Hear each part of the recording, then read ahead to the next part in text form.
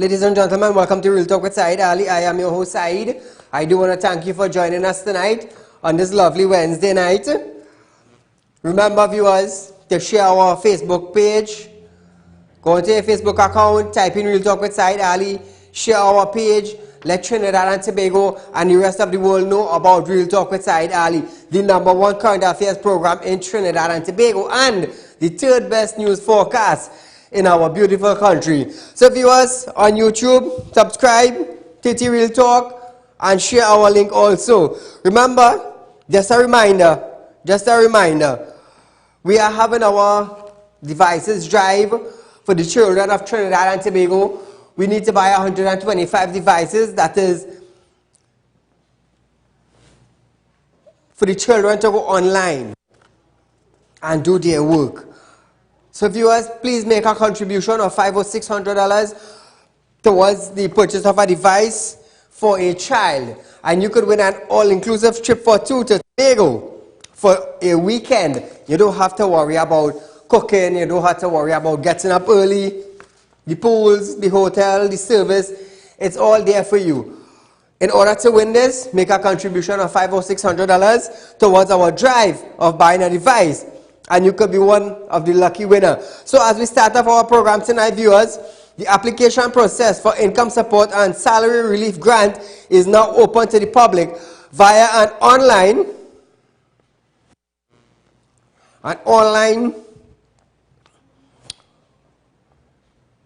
service from today.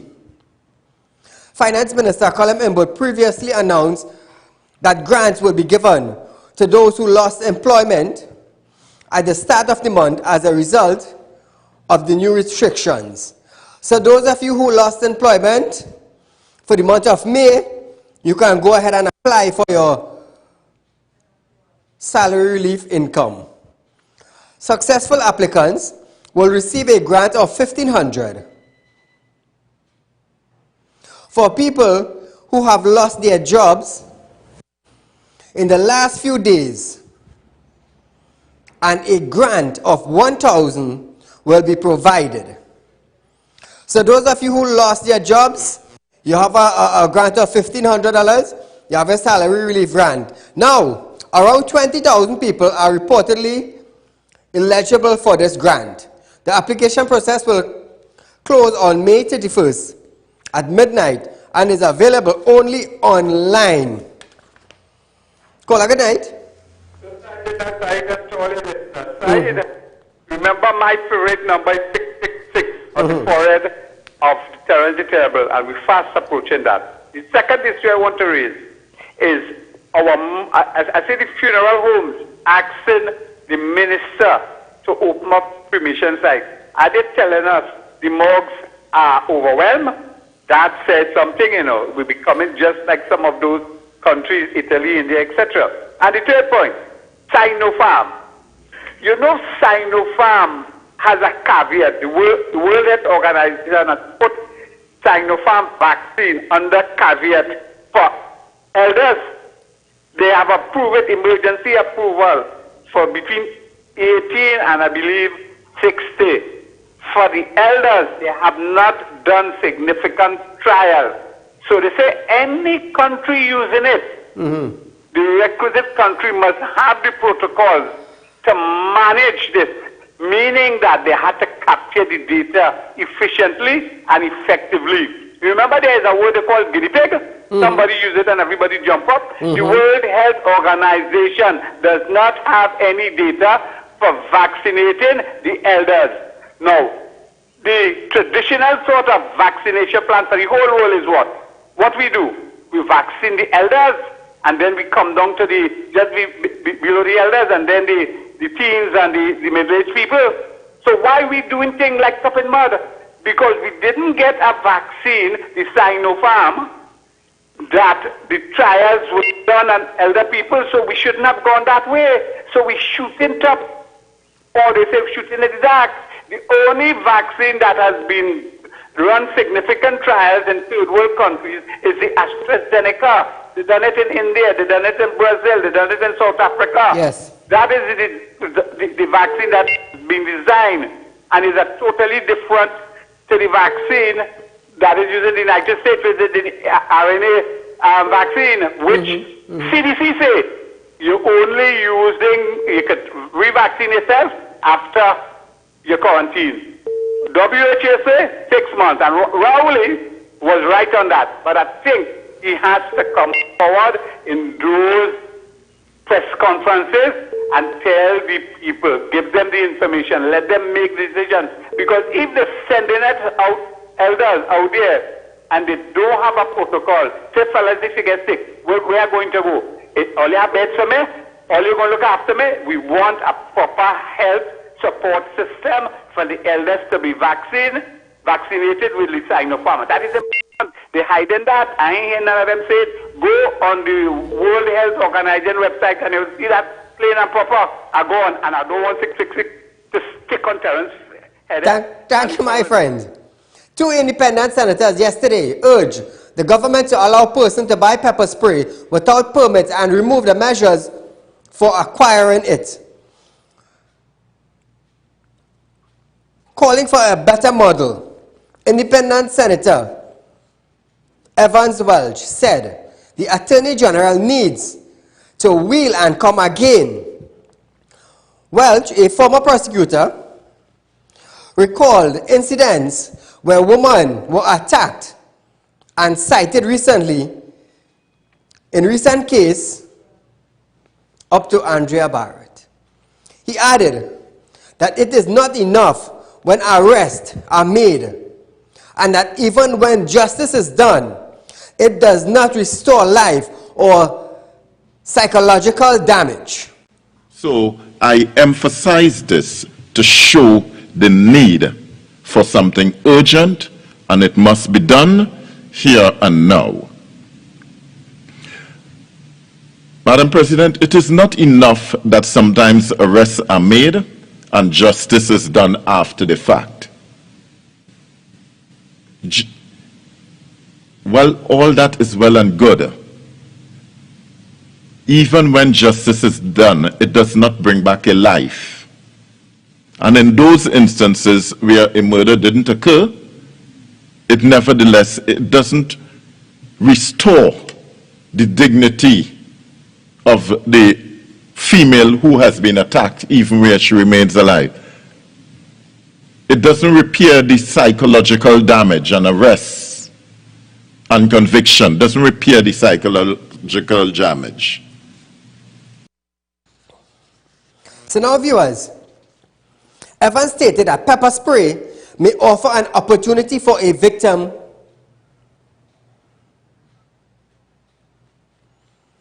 to be in a safe zone, to jump out of a car or run.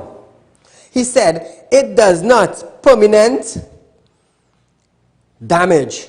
It does not do or harm a permanent damage, but has a dramatic temporary effect. Calling for it to be liberalized and to have certain toxicity levels, White said persons 16 years and over should be allowed to buy it without a permit from the police. So viewers, remember we were hammering this bill, and the minister, the opposition leaders and members of her party, they rallied for it. And the thing about it, even though they rallied for it, they supported the passing of the bill. But what does it do? Does it give the citizens a chance to buy without a permit? No. No. They rallied, they campaigned, and still it did not benefit the citizens of Trinidad and Tobago. But they stood in the parliament and they agreed with the PNM administration and they passed the bill to manufacture, import, export, and sell. And sell. But the thing is, we the citizens now have to apply for a permit, and the police officer could deny you that permit. So it's so sad. It's so sad. Call a good night. All right ahead, you're live on Real Talk.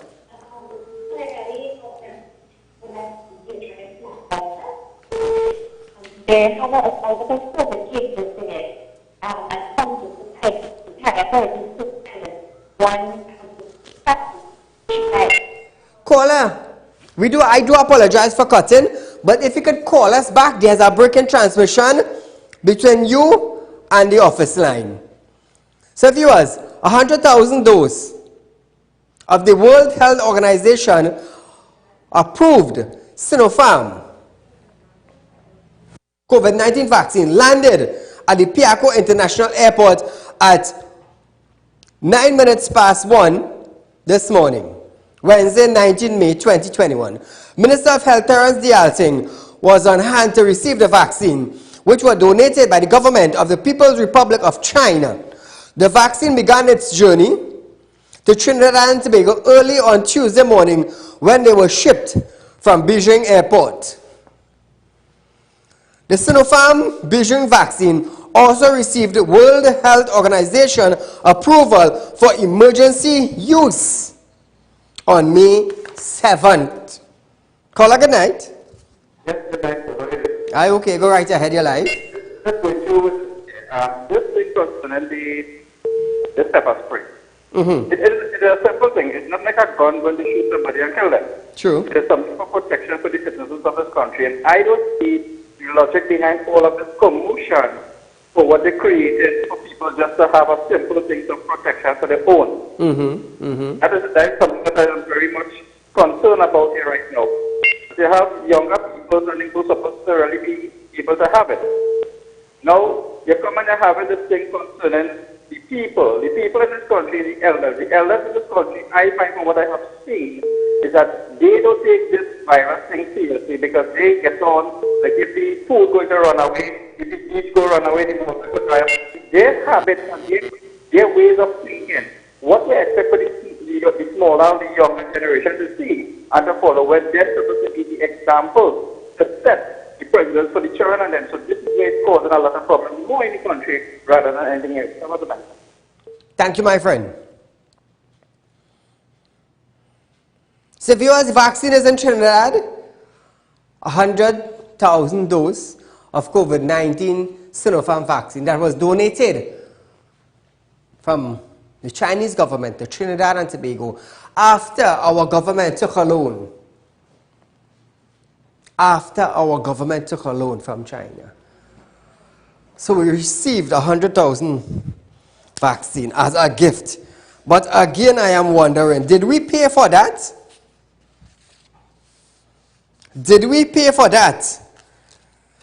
And because of the non-disclosure agreement, I don't know, they could probably come out and say, well, you know what, we're donating this all, yeah? You never know. We will never know. Minister of Health Terence Dialting stated that today was a good day for Trinidad and Tobago vaccination drive. He stated that this gift was a result of the diplomatic efforts of Prime Minister Dr. Keith Rowley. Today is a good day for us in our vaccination drive, as Trinidad and Tobago may be now aware. Our 100,000 doses of WHO approved EUL vaccines, emergency use licensed vaccines, did arrive in the country at around 1 a.m. this morning. So we now have bolstered our stock by 100,000. This is a direct result of a diplomatic effort that the Honorable Prime Minister Dr. Keith Rowley undertook on March the 16th, I believe, when he spoke to his counterpart in China. And we are grateful to the People's Republic of China for this wonderful gift at this particular time. I'll give him a rest, but hold on. From Friday 21st May 2021, TNT COVID-19 vaccination program will result using a newly received Sinopharm vaccine. WHO granted Sinopharm COVID vaccine EUL. We are going to continue now with phase 1 and also parts of phase 2 as we did last time. I did promise the country once the vaccines are here, we will start to administer shots in arms within 2 to 3 working days. The vaccines came in at 1 o'clock last night. They were sent to the Coover facility by around 3 a.m. this morning, and the team started to work at 6 a.m. to package and distribute vaccines to all the sites in time for Friday. So viewers, persons eligible for the shots are persons 60 years and over, persons under 60 with non-communicable disease such as high blood pressure and diabetes, health workers. The dose will be given out at 25 sites in Trinidad and Tobago. The also added that there will be no walk-ins this time around, as shots will be given by appointment only. So you can start to make your appointments from today. Make your WhatsApp appointments, they are better. But if you make one WhatsApp appointment, don't try to make more than one, because it does place us in a disadvantageous position to reply to more than one. If you make a WhatsApp appointment, don't try to make one by phone. So make your WhatsApp appointments from now. I have been talking with the CEOs and we have agreed, because of we don't want mass gatherings, these are going to be strictly appointments only. Absolutely no walk-ins will be accommodated, so please don't congregate outside these health centers if you don't have an appointment. So citizens of Trinidad and Tobago, if you're over the age of 60, make your appointment. If you're under the age of 60 with non-communicable disease such as blood pressure and diabetes.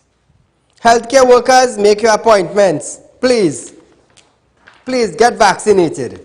Caller, good night. Hi, good night. Go right ahead. I would like you to look into Nutrimix Marabella. One of the staff there died with COVID, and there's a lot of other staff have it inside there, and the bosses are covering it up. Thank you. Thank you, my dear. We will look into it and see. Oh, as you talk about that, I heard the transportation department in Rio Claro Regional Corporation. I heard news came to my ear, a little bird started to whistle, and I heard that the workers were telling the CEO that we want to work on rotation basis. They want to work on a rotation basis. So I heard that the CEO told them to come out and work, but not on a rotation basis. He wanted them to work. Now, the transportation division, drivers are under COVID-19 watch presently.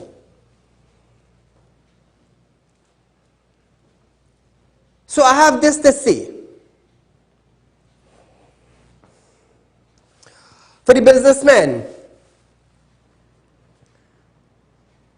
and those who have government positions, and you're forcing your workers to work, there should be a department that workers should go in and report you. Because our Prime Minister said, if you have a big staff, rotate them. Rotate them. And if you're not listening, what happened to the Workers' Union in Trinidad? What happened to the Workers' Union in Trinidad? Are they functioning or not? Because for our corporation and the transport division, the drivers and them getting COVID, it sucks. Because the drain need cleaning, the road need cutting, and because we have somebody in authority and the money ain't coming out from them pocket, you want to bully people to come to work. So what now? So what now is in place? For when the bosses them don't want to listen, and the companies don't want to listen, and the business places do not want to listen, and forcing their workers to work, what's going to happen? Slavery days back in Trinidad? Where is the workers' union? Where is the workers' union? Who are they representing? Where is the labor minister? I wonder if it's Jennifer still. Where is the labor minister? Where is the labor department? Are the workers and them out on the field to make sure that everything goes well according to the Prime Minister of Trinidad?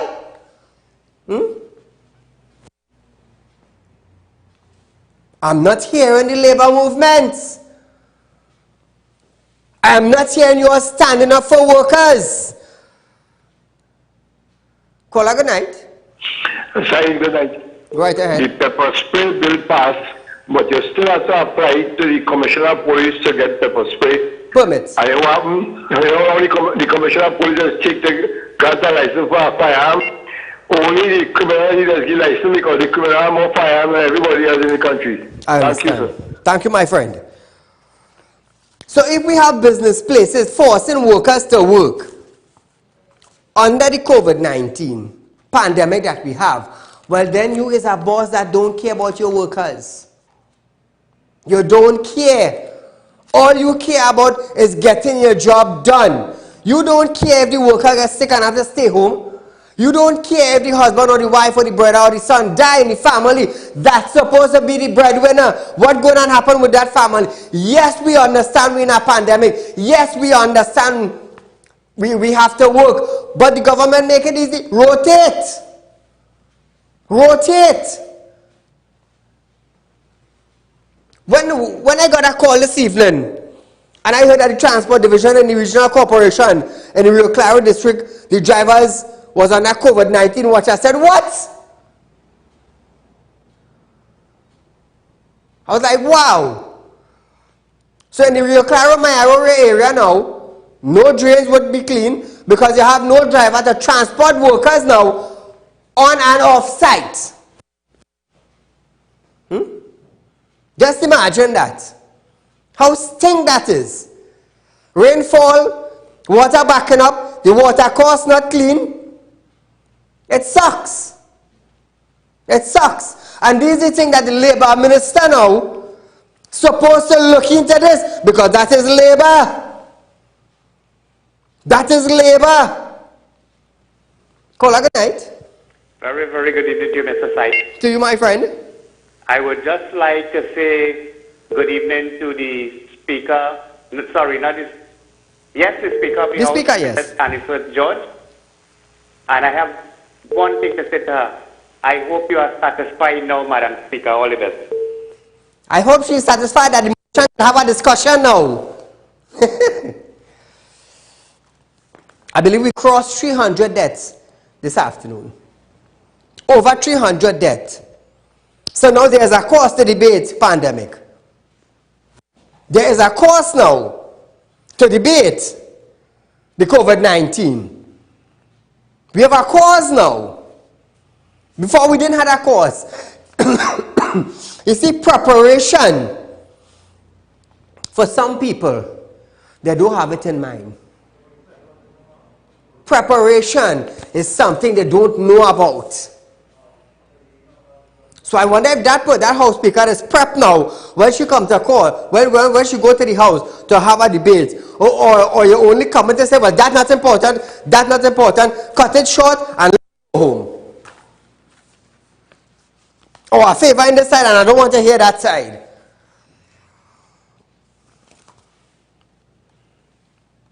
You see, when things happen to people like this, that is about, oh God, what happened to me? How I end up in this situation? God works slow, but He is on time, never late. Caller, good night. Hello, good night. Go right ahead, you're live on Real Talk. I want to ask the mayor and Gary, right? How come people in Central Market during curfew with no passes, and some of the vendors can't come in before 5? The Arima Market. Central Market, and before 5 they have vendors in there from all in the night. Okay, so some of the workers some of the workers or some of the vendors at Central Market, they are some are allowed to go in and some have to remain outside. Yes, between curfew hours, and it's not workers, it's vendors. Oh, okay, I understand what you're saying. Thank you, my dear. Okay, thank you. You see, I will tell you something. A vendor is an essential person, you know, because they bring in vegetable for the markets. So people could go into the market and sell. And vendors just have to reach in the market for 5 o'clock. 4 o'clock in the morning to get a proper park. To get a proper park. So the mayors, let's say the mayor for San Fernando, the mayor for Shogunas, the mayor for the Arima Market, the mayor for Port of Spain Market, or even Navdemco for Dong DB. You understand? At least they should have come up, consult the Commissioner of Police. Just how you have the medical workers, the police, you have WASA, you have Tiantec, they have exemptions. They do not have to have a permit to be outside. But what about the market vendors who bring in market to the produce to the market to sell? They are farmers. They are essential. They are an essential part of society. So I believe the commissioner have to come out and let the public know, well, just how we specify medicals, WASA, police, Tiantec, just so you could come out and say, well, the market vendors, they are essential workers. Now, the application process, they got 350,000 applications and 10,000 permits have been issued thus far. Principal Medical Officer Dr. Marian Abdul-Richards have stated that Trinidad COVID-19 hospitals are 84% filled, and traditional hospitals or traditional healthcare system could soon be compromised. Speaker, that is not important. I'm giving you a big wave on TV, you know. That is not important, Speaker. She stated that given limited resources, COVID-19 hospitals are basically at capacity. If you look at the Trinidad occupancy, you would notice that it is even higher than the total occupancy, and we are this morning at 84%. Basically, in simple terms, our hospitals are filled. This means that soon patients who require care at our traditional hospitals will be compromised. Think of a case of your child having a severe asthmatic attack, and you are calling the ambulance service, and the ambulance service is basically transporting patients who are COVID positive. This results in you being unable to access the ambulance for your child who is having difficulty breathing, and of course may suffer or will suffer a negative consequence. Think about a similar scenario for a pregnant mother who is having a complication. And this is the sort of impact we are seeing. So now, viewers, the Cora Hospital is at 89%, Hoover Hospital at 75%, Augustus Long is at 94%, Arima Hospital is at 93%, and the St. Anne's Hospital is at 100% full to capacity. Dr. Abdul-Richards noted that the ambulance service is already being kept busy by the COVID-19 pandemic. This is the COVID ambulance transports as a percentage of the total. And I'd like to reiterate to the population and to everyone that 50% on average of all ambulance transfers constitute COVID-19 patients.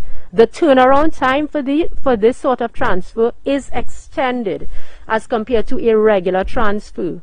So In summary, 50% of the ambulance resources, 50% of those vehicles that we see are consumed in COVID-19 transportations, leaving only 50% available on a daily basis for the traditional system. The RHAs have introduced contingency plans to address this challenge, but again, resources are limited.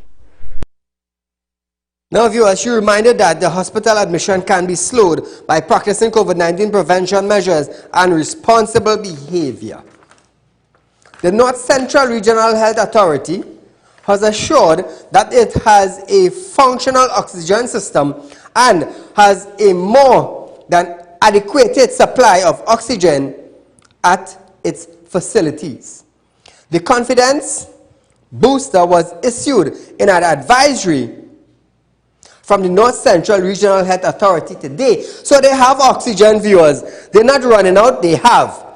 According to NCRHA Chief Executive Officer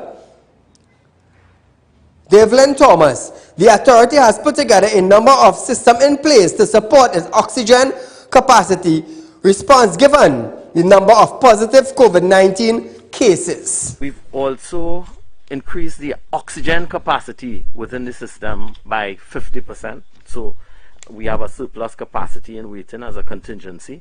In addition to that, we've also, as the Minister mentioned before, we also have an inherent oxygen generating plant, and that is in operation.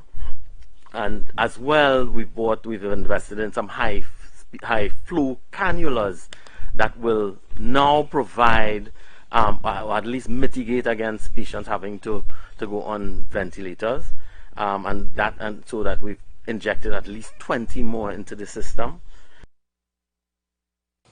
So viewers, NCRHA General Manager of Operation Kimberly Rahmat also reports on the 2 oxygen concentrator plant at the Arima General Hospital. In a media release, she stated that there has been an expansion in oxygen capacity by 30%. So the Arima is up, they are on board, they have oxygen. North Central, they have oxygen. So patients who are visiting this hospital for oxygen, they have. And don't study the rumors that oxygen is running out in Trinidad and Tobago. According to NCRHA, they have. They have put things in place. You all just heard it. In the Arima Hospital, they have also boosted their capacity by 30%. Call good night. Yes, hello. Go right ahead. You're live on Real Talk.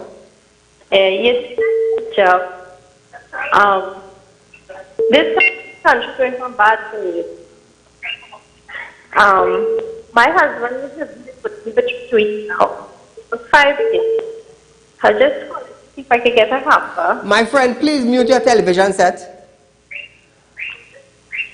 Yeah, sorry about that. Go right ahead. Yeah, I was asking for a hamper. My husband hasn't been working for 3 weeks now. We have 5 kids. Leave your name and contact number with my operator. Thank you for calling. A 48-year-old pastor who led his followers to Harris Promenade, San Fernando last Sunday is expected to appear virtually before a San Fernando magistrate charged with breaching the public health regulations. Now let me stop right here. Now, plenty of people would say the pastor have rights to come out and pray. They would say he have rights to come out and pray, to keep a gathering, to pray for Trinidad and Tobago. I understand that. Lincoln of Princestown was arrested last night and later charged following investigation into a public gathering which allegedly occurred on May 16th. Last Sunday at 7 a.m., officers observed a group who began covering on Harris Promenade in San Fernando in what appeared to be a corporate prayer. They were immediately advised of the current state of emergency and the public health regulation which prohibited the number of persons gathering in public not to exceed 5 persons. During the confrontation, certain members of the group openly insulted police officers. The group was subsequently dispersed pending further investigation. Now I will tell you something. I saw the videos and pictures and clips of the incident that took place with the pastors, his followers, and the police officers. Listen to this. Prayer move mountains. I understand that. I understand if you have faith as a mustard seed, you can be healed, you can get a miracle, whatever it is you desire from God. Once you have faith as a mustard seed, you can receive a miracle. But I will tell you something.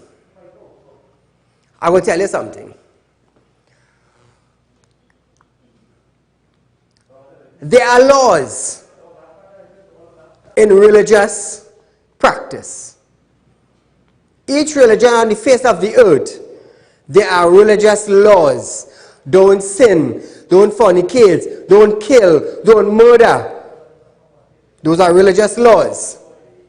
There are laws of the religion, I would say.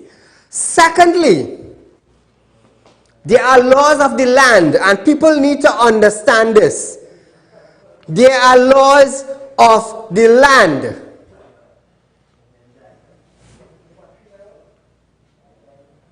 When Jesus walked the face of the earth, one of his followers said, "Master, are we going to pay tax?" He said yes. He said yes to the followers. Why are we going to pay tax? Because that is a law in the land. That is a law in the land. So you abide by the laws of the land. Not because you are a Hindu, or you are a Christian, or you are a Muslim, or a Roman Catholic, or a Baptist, or whatever.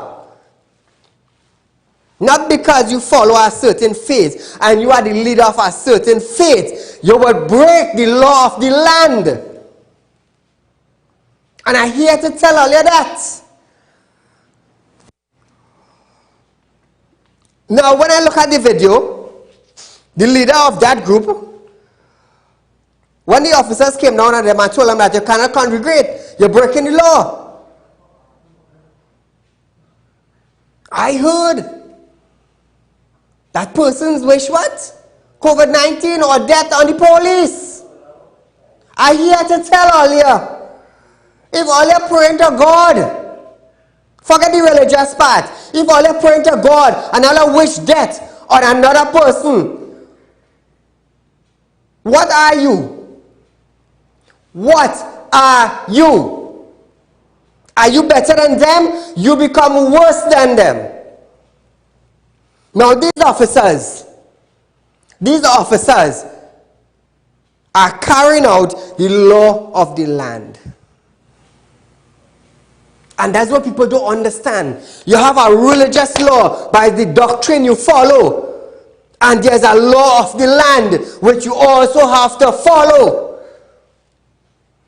So if the Prime Minister came out and said that there's a regulation, that there's an SOE in Trinidad and Tobago, and no more than 5 gathering in public, and the police come down to tell you now, hey, you're breaking the law.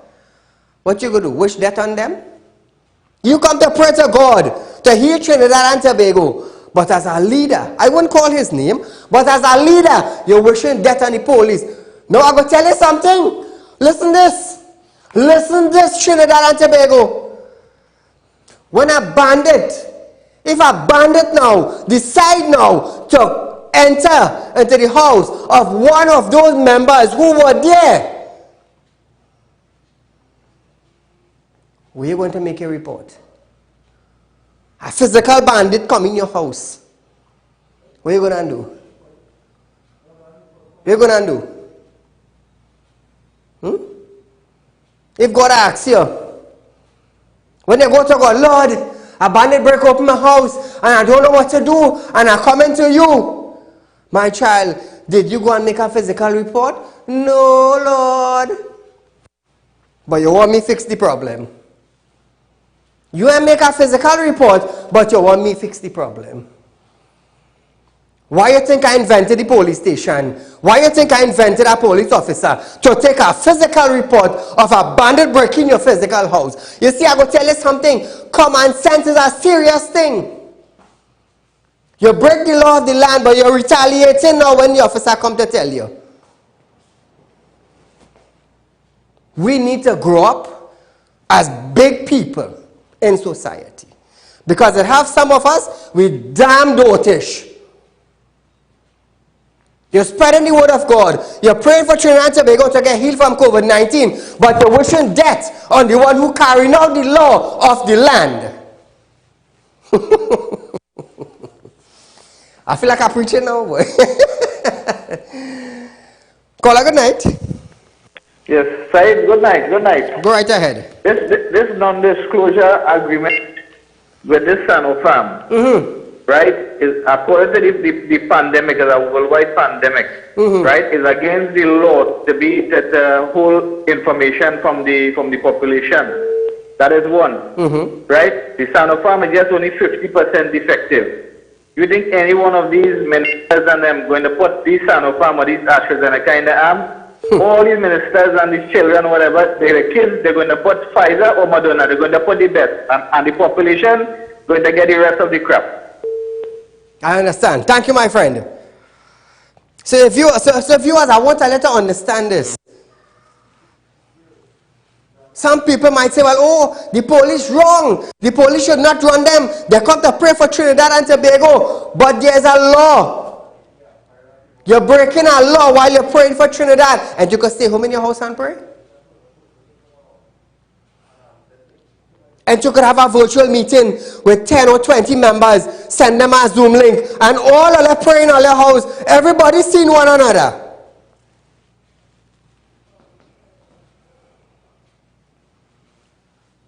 People say, oh, Saeed, you're talking the man bad, and you shouldn't say that. Hey, you break the law of the land. You break the regulation.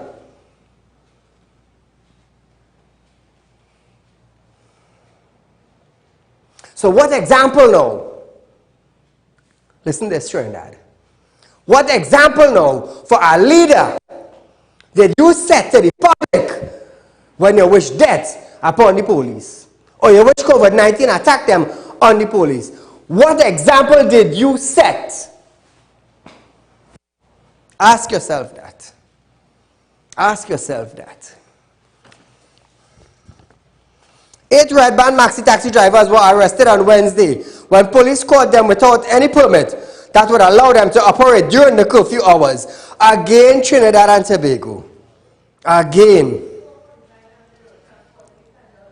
42-year-old Andrew said, while operating in the Aruka area along the priority bus route around 4:45 a.m., the driver was stopped and taken into custody at the Arima police station.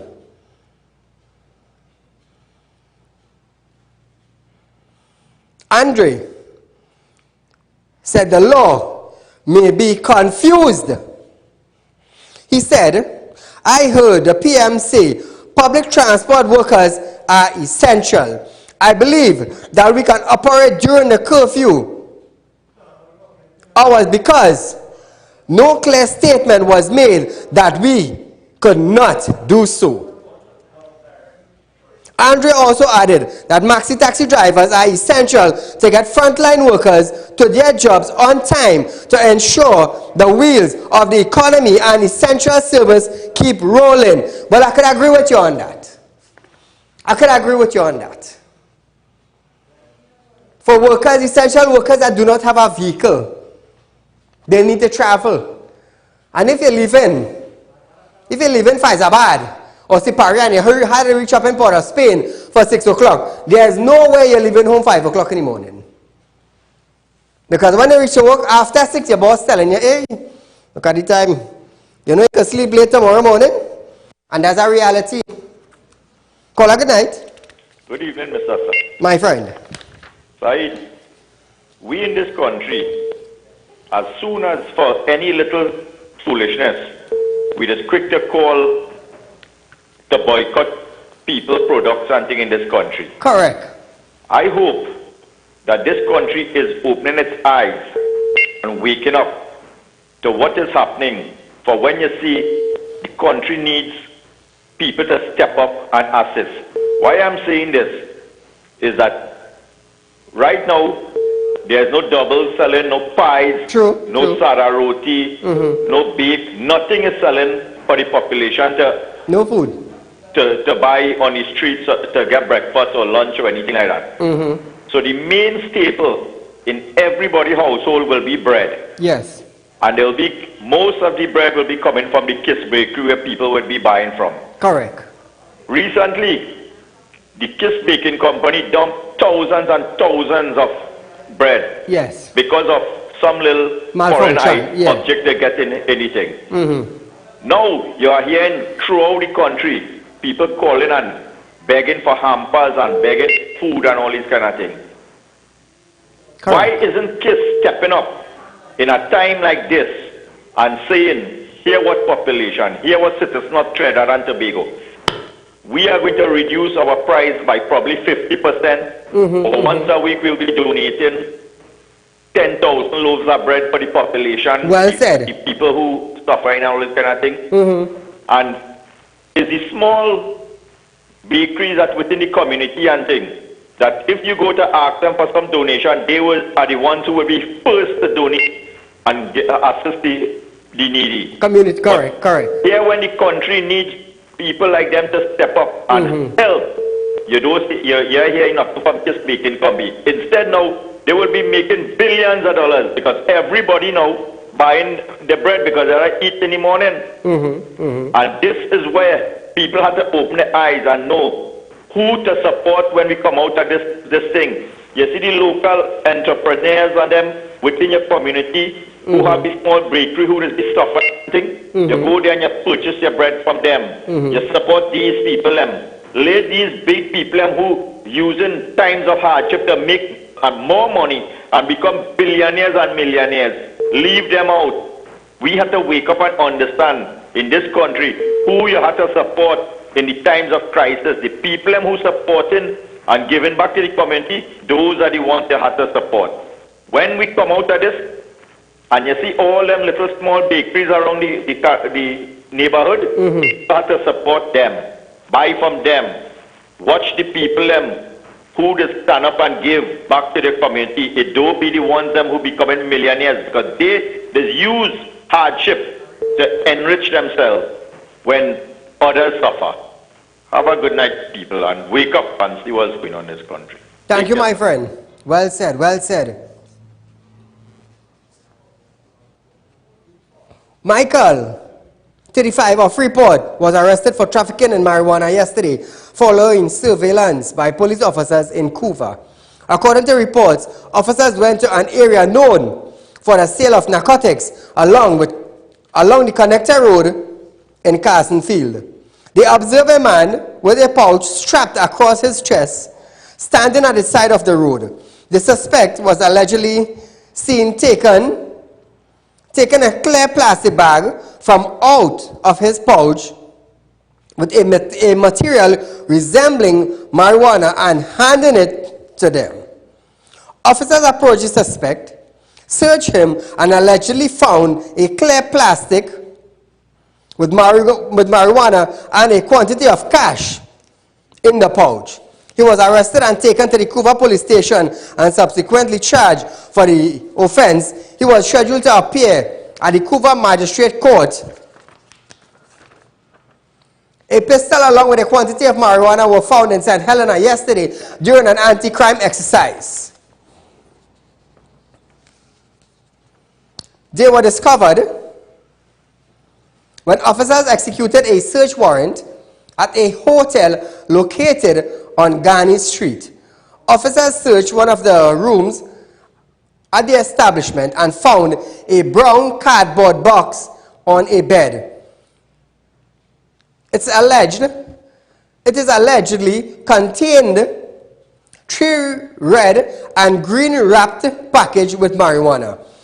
Officers also found a garbage bag with used plastic wrapping and several items of clothing. Further examination of its contents resulted in the alleged discovery of a blue and black parcel of marijuana. Wow. All 4 plastics or parcel of marijuana weighed 2.264 kilograms with an estimated street value of 25,000. Investigations are ongoing. Caller, good night. Good night. Go right ahead there. I call in the fishermen. Right now we are having a big problem because normally the wholesale market opens at 3:30 to 4. So we buy our fish and then go to the retail market. Now they open the market 6 o'clock. Wholesale market 6 o'clock in the morning. So you don't have any time to go and buy for Saturday or Sunday. Go into the retail market. Okay, so no wholesalers out at that time? No, because if even though you go down there for they 6 will o'clock, get charged. you have to go for 6 and that is daylight already. To buy fish, you will reach up in the retail market around 8, 9 o'clock. I understand. So we have a really big problem with the fish industry. Thank you, my dear, for highlighting it. So you see, viewers, even though we have the curfew, the SOE, and we have the limited daylight movements, there are still people that is having problems. There are still people that are having problems. Market vendors should be allowed to sell, and a police officer is supposed to use his discretion. Oh gosh, these market people, they putting the food on your table. Because the market vendors don't sell, and the market decides to shut down, what will happen? What will happen? And this is the problem. We will go into problems. So we need something. We need somebody to come out and say something. We need somebody to come out and clarify certain measures. Because transport is a must. Transport is a must. Market, that is food. Just how the chicken depot allowed to sell, just so the fish vendors should be allowed to go catch their fish and sell. They want a livelihood too. They have family to mind, they have loan to pay, they have children to see about. They are essential. Food is essential. Even though the restaurants and the roadside food are shut down, you have chicken selling. You make preparation for poultry depots. Why can't you make a preparation for the fish vendors also and the market vendors? So you see, viewers, sometimes there are things that need to be cleared up also. When you're doing or when you're going to put a lockdown into effect, you need to bring something proper. Don't bring something halfway. And I've been hearing the talk that we are going into a 3 months lockdown also. So viewers, this is a heads up. I heard a bird whistling that we are going into a 3 months lockdown. I have seen documents. This is just to let you know. So, be on the alert. I believe very soon, in the coming days, the Prime Minister will come out and make a statement also. So there's a lot of things taking place in Trinidad. But nevertheless, online classes are still going on, people. Those of you who want to make a contribution to devices, please make a contribution. Tomorrow night, I'm going to try to get the local government minister, the leader of government business, Clarence Ramarat, on the line to find out more about the SCA examination and what he is putting in place for those things. So viewers, there's a lot of things. I will also ask him about the market vendors and the fish vendors. So I'm going to try to get him on air tomorrow night. Since he's the leader of government business, Clarence Ramarat, and also the Minister of Agriculture, we're going to have a little discussion with him tomorrow night on clarifying some of the issues that people are having problems with. Because I would class the market vendors as essential. I would class a fish vendor as essential.